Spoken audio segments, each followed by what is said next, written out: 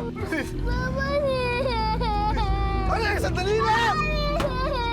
Trudis! Alam namin na malungkot ka kasi umalis na naman si Ate Trudis mo. Galit ako sa kanya. Bakit ka naman galit sa kanya? Dito po tayo nakatira. Oo, bakit? May reklamo ka? Hindi ito mansyon gaya ng bahay ni Nick, ha? Pero bahay natin to. Ano nangyari dito? Ano ginawa mo dito, Trudis? Nilinis ko po. Saan yung bote ko? Tinapon ko po. Ipakilamera ka pa ng bata, ba't tinapon mo? Ano ba naman kayong mga lalaki, Mix? Si Nick, wala nang iniisip ko yung si Trudis. Ikaw naman ang isip mo na kay Ched lang. Wala na bang papansin sa akin? Hello, Trudis! Kamusta ka na? Okay lang naman po. Kamusta naman ang tatay mo? Ba't mo pinakikialam ang cellphone ko, ha? Hello, Trudis? Wala na lang naputol. Hindi maganda ang patog ko.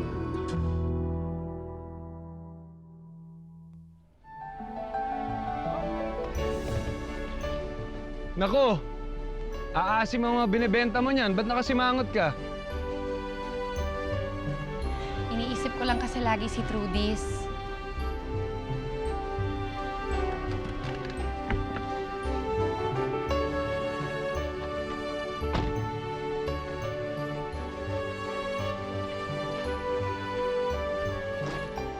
Si Trudis na naman.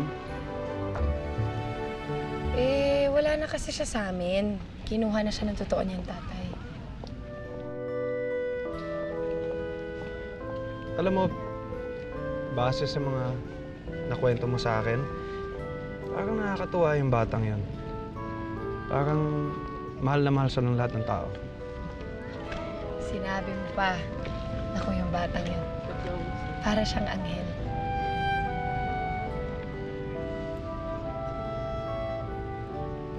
Teka, bakit hindi mo siya puntahan? Tagal ko na nga siyang gustong puntahan eh. Bakit nga hindi? Gusto mo, sasamahan pa kita. Halika! Talaga? Sasamahan mo ko? Oo naman, ikaw pa. Lakas mo sa akin. Ano, tara? Halika na! Sige. Baka madulas ka.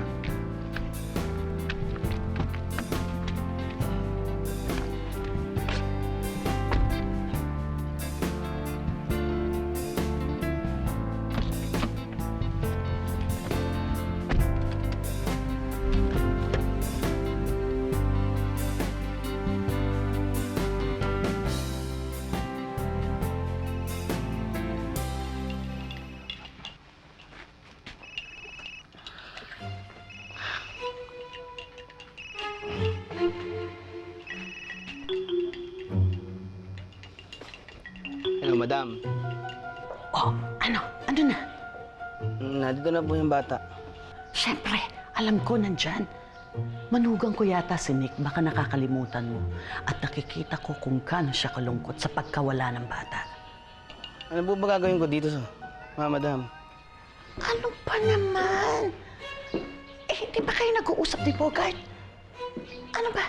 Anong hinihintay niyo? Pasko? Hindi naman sa ganun, madam.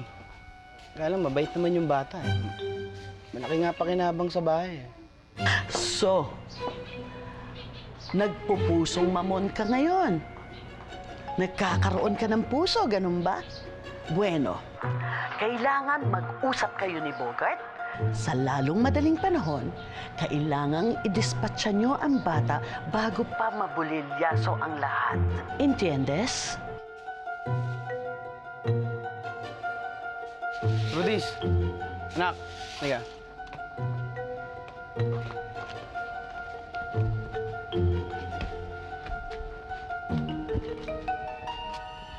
Bili mo ako ng sardinas. Gusto sa tindahan. Nagutom ako, Magaling eh. po ako magluto ng sardinas. Nilalagyan ko po ng miswa. Ikaw na bahala, anak.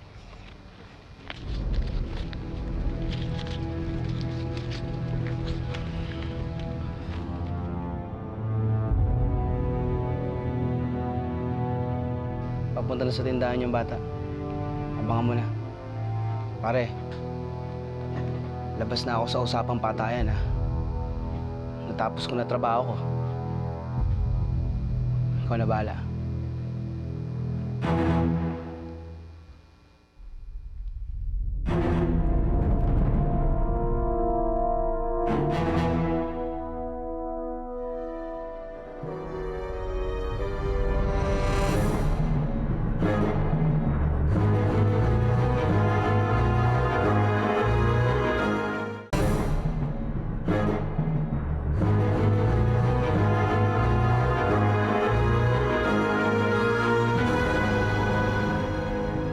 Trudis!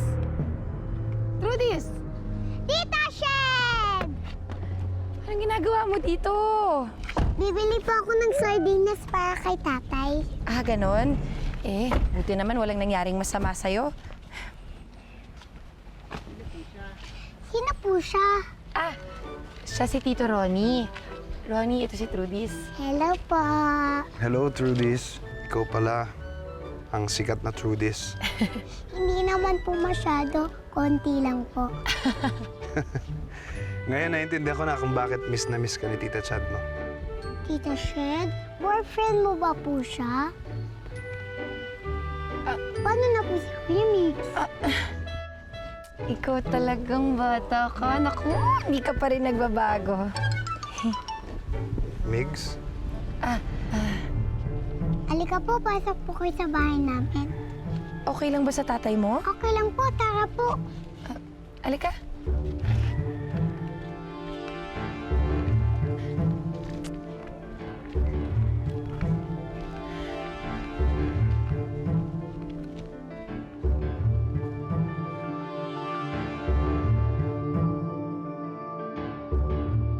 Halika po dito.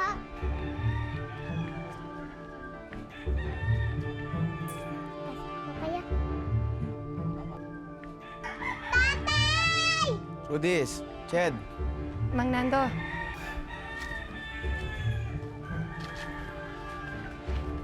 kamusta?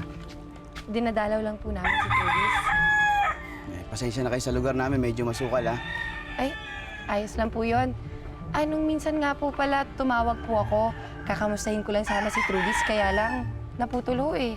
Ah, oo. Medyo nalobat eh. Pasensya ka na, medyo may problema yung baterya ng cellphone ko.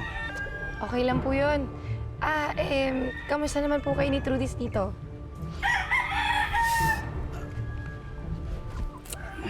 Mabuti naman kami. Ang bait pa ni Trudis. Sipag pa. Ganyan talaga yan. Napakabait. Pero sana naman po, wag po siya masyadong mapagod, tsaka kung pwede, makapag-aral siya ulit. Hindi mo na ako mapera. Sinisiguro ko naman hindi ko pababayaan ang anak ko. Kaya ko naman siyang buhayin. Paano? Alis na ho kami. Pero sana naman po, Mang Nando, okay lang po sa inyo na paminsan, dadalaw-dalawin namin dito si Trudis. Wala namang kaso yun. Walang problema. Aalis na po kayo. Oo, Trudis eh, kasi baka gabihin pa kami.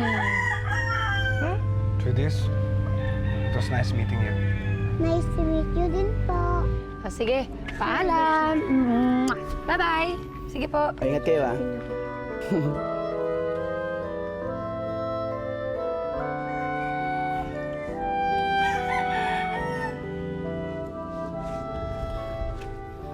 Saan yung sardinas? Hindi ko pa po nabibili. Bakit hindi ka bumili? Oh, bumalik ka ulit sa tindahan. Bumili ka. Yung kulay pula, bilisan mo.